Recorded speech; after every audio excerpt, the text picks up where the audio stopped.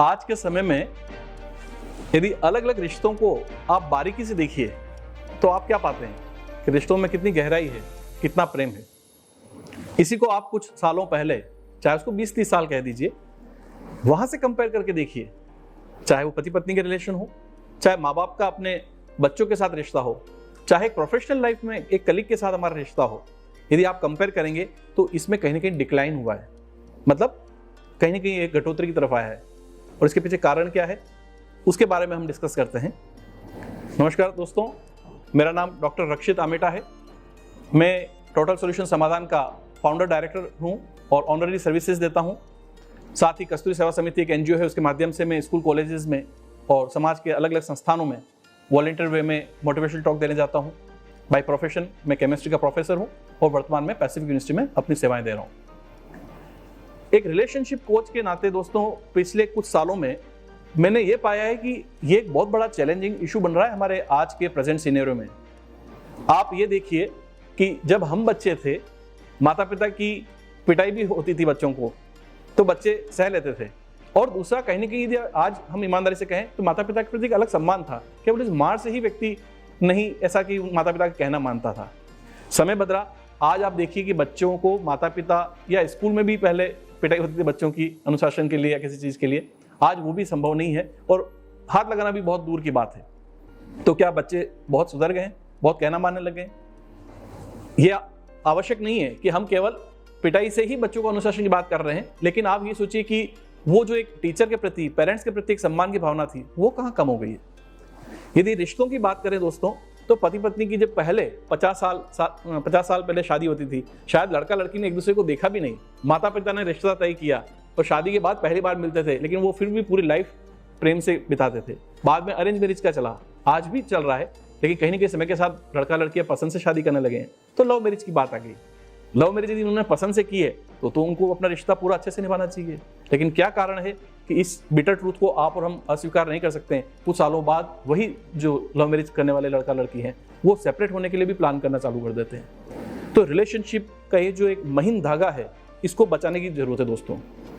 इसमें एक बहुत बड़ा कारण रहा है कि हमारा जो बाहर की दुनिया में जो एंगेजमेंट हुआ है वो ज़्यादा हो गया है, जिसको हमको थोड़ा तरीके से कम करना होगा। पहले घर में एक टीवी होती थी, बुजुर्ग से लेके बच्चे तक सभी उसी जगह आके बैठते थे। दिन भर में कुछ समय निकालकर माता पिता अपने बच्चों के साथ बात करते थे। तो एक जनरल काउंसलिंग का कंसेप्ट था, जहां लोग रिलैक्स हो जाते थे। आज सबके पास अपने अपने कमरे में टीवी है, सबके पास अपने अपने मोबाइल हैं, और किसी के पास ये समय नहीं है कि 5 मिनट भी लोग साथ में बैठ के बात करें। तो व्यक्ति गाइडेंस किससे लेगा? वो ऑनलाइन गाइडेंस लेता है, ऑनलाइन फ्रेंड्स बना लेता है, जो शायद उसको सही डायरेक्शन नहीं दे पाते हैं। और जब ये रिलेशनशिप में किसी भी तरह की दूरी आने लगती है दोस्तों, तो बाद में यदि इसको समय से हैंडल नहीं किया तो वही दरार बढ़ती जाती है। आज लगभग हर घर की कहानी है कि ये बच्चा यदि 10-12 साल से ऊपर का है और 22-23 के बीच का है, बच्चे पेरेंट्स का कहना नहीं मानते हैं, सामने बोलेंगे, गुस्सा करेंगे, कमरे में बंद हो जाएंगे, दिन भर मोबाइल पे लगे रहेंगे, जो उनको काम करना है वो नहीं कर रहे हैं और पेरेंट्स परेशान है।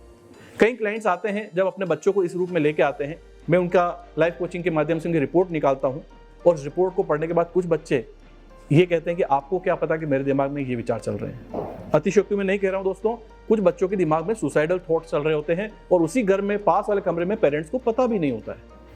बाद में उनकी कंसेंट से जब हम उनके सेशंस लेते हैं और वापस वो बच्चा एक लाइफ में लौट आता है, उनके पेरेंट्स एक्नॉलेज करते हैं कि हमारा बच्चा जैसे बिल्कुल चेंज हो गया है, पहले वो हमें समय नहीं देता था, एरोगेंट था, अब वापस उसका लाइफ में लौट आना हो गया। तो खुशी होती है कि किसी की लाइफ में हम कॉन्ट्रीब्यूट कर पाते हैं।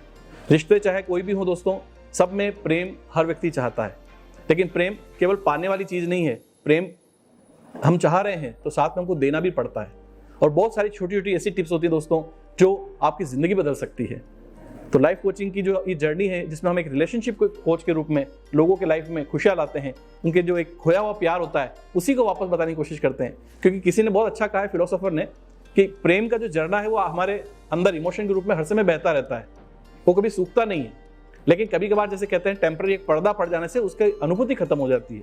तो हमारा काम होता है उसी पर्दे को हटाना, ताकि अंदर जो इमोशंस हैं वो आपको वापस फील हो, और रिलेशन में जो लोग दूर जा रहे थे वो वापस पास आ जाते हैं। तो लाइफ में लोगों के इस तरह से कंट्रीब्यूट करके हमें खुशी होती है। और कभी भी आपको यदि लगता है कि आपकी लाइफ में कोई रिलेशनशिप को लेकर प्रॉब्लम है, रिलेशन किसी के साथ भी हो सकता है, अपनी लाइफ को बेटरमेंट बनाने के लिए आप उस हेल्प ले सकते हैं। तो हमें अप्रोच करें, हमें खुशी होगी आपकी लाइफ में इस तरह की खुशियों को लाकर। तो टोटल सॉल्यूशन समाधान की वेबसाइट पे आप इन सर्विसेज को देख सकते हैं। www.total-solution.org हमारी वेबसाइट है। आपको लगता है कि पहला सेशन जो हम लोग वॉलंटियर वे में देते हैं स्वैच्छिक रूप से, उसके बाद आपको लगता है आप सर्विसेज कहीं और भी लेना चाहते हैं, यू आर फ्री। लेकिन हमारा कोशिश यही है लोगों की लाइफ में खुशियां लाने का। आपको सहायता जहां से मिल रही है वहां से सहायता लीजिए, अवेयरनेस लाइए। जब अवेयरनेस आएगी तभी आप लाइफ में बेहतरी के लिए आगे बढ़ेंगे। तो इन्हीं शुभकामनाओं के साथ दोस्तों, आपकी खुशियों में बहुत बढ़ोतरी हो, आपकी लाइफ में प्रेम हो, हर रिश्ते में आप सफल हो, स्वस्थ रहें, यही शुभकामना है। ऑर्गेनाइजर्स को धन्यवाद कि उन्होंने एक प्लेटफॉर्म दिया जहां मैं अपनी कुछ बातें आपसे संक्षिप्त में रख सका। अपना ध्यान रखें दोस्तों।